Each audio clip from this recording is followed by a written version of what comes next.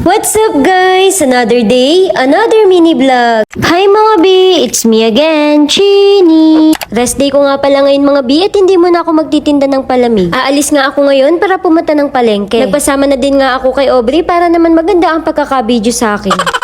Ay Diyos ko, mukhang kailangan ko na ata talaga ng taga-video.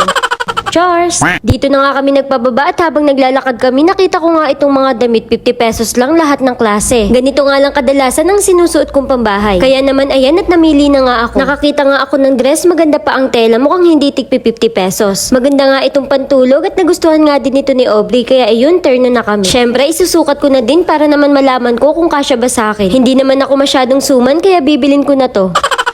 Dito banda nga ay nakakita pa ako ng short at naisip ko pwede ito kay Jowa Bells. Kaya ayun, kumuha na ako ng isa para makapagbayad na. Katapos nga namin magbayad ay dito na kami dumiretso sa bilihan ng gulay. Kumuha na nga ako ng basket at meron na rin akong nakahandang listahan. Hindi naman masyadong marami ang bibilin ko, yung sapat lang panahog para pangkain ng nanay at tatay. Ang sabi ng ate ko, ako na daw bahala pero wag daw masyadong madami ang bibilin ko. Kumuha na nga din ako ng lemon, maganda to sa katawan. Naalala ko nga may nakalistang karot kaya kumuha na ako ng isa. Tapos sabi ko kay kuya, kalabasa pero konti lang. Kaya naman ayan at naghiwa na nga siya. Abay parang may galit ata si kuya.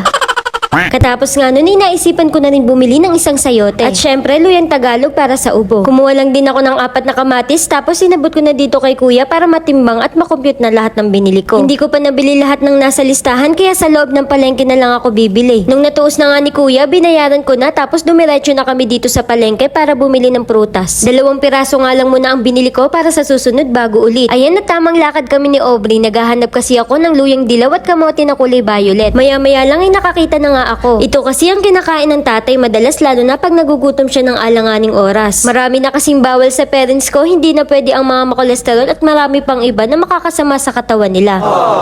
Nung nabili ko na nga lahat, bumili naman ako ng uulamin namin ni Love. Mahilig nga siya dito kaya ito ang napili ko. Bumili nga din pala ako ng pang sizzling tofu, di ko lang nasama sa video. Katapos nga nun, sabi ko kay Aubrey, inom kami ng milk tea. May nakita ko dito sa crossing at di na kami lumayo. 35 pesos nga lang, large na ang size, kaya naman dark chocolate ang napili namin dalawa. Sa totoo lang, mahilig akong bumili ng ganito pero hindi ko naman siya nauubos. Ako lang ba?